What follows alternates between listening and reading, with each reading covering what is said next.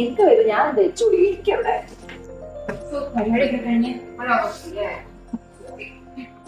അല്ല ഇതൊക്കെ നിനക്ക് ഗിഫ്റ്റ്സ് ആണോ? ഞാനൊരു ബർത്ത്ഡേ തപ്പി ഇപ്പൊ മനസ്സിലായി കുറെ ഫാൻസ് ഒക്കെ ഉണ്ട്. ഭയങ്കരമായിട്ടാ നീ.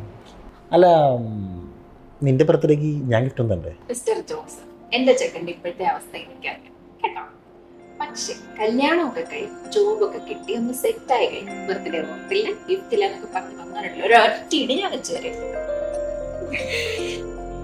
നീ എന്റെ അടുത്ത് ഞാൻ ഓക്കെ. ഞാൻ ഓക്കെ അല്ലെങ്കിലോ? അതല്ല, ഹാപ്പി ബർത്ത്ഡേ. പിന്നെ തുറന്നോ.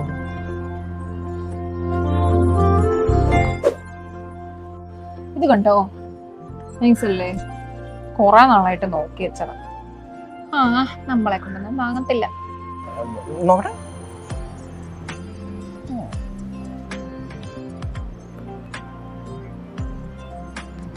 ഈശ്വരാ, നിനക്ക് ഭയങ്കര റേറ്റ് ആയില്ലേ?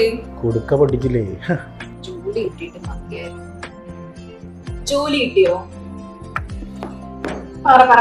കിട്ടിയോ? കിട്ടി.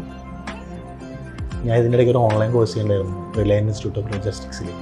അവിടെ CLTD UK ബേസ്ഡ് സർട്ടിഫിക്കറ്റ് ഒക്കെയാണ്.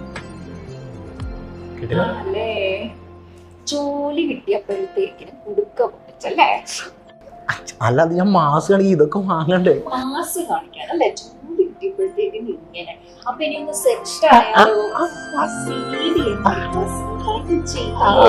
ജീവിക്കണ്ടേ?